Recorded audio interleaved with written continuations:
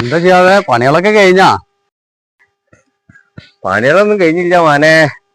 കുട്ടികളെ ഒരു വിധണ്ട് സ്കൂളിലേക്ക് പറഞ്ഞയച്ചു. ഇനി ഒരു ലോഡ് തിരുമ്പാണ്ട്. അതന്നെയാണ് മാനെ ഇവിടുത്തെ അവസ്ഥ.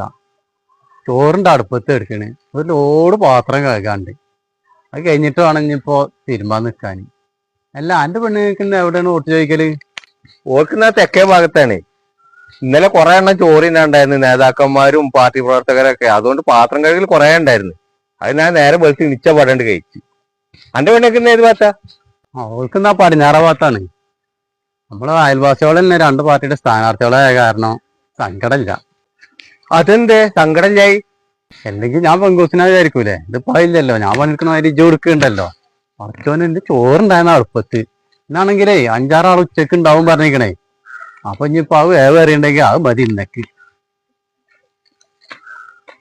ഇങ്ങനെ പെണ്ണുങ്ങളെ പേടിച്ച് ജീവിക്കണ ഒരുത്തൻ ഓട്ടം ജയിച്ച എന്തേക്കാരം അവസ്ഥ പെടുത്തെ. പഠിച്ചോനെ ഓളെ ഒരു 5-6 ചുരിദാർ സ്ഥിരം ഉണ്ടല്ലോ. ഇനി പെട്ടില്ലെങ്കിൽ അത് മതി.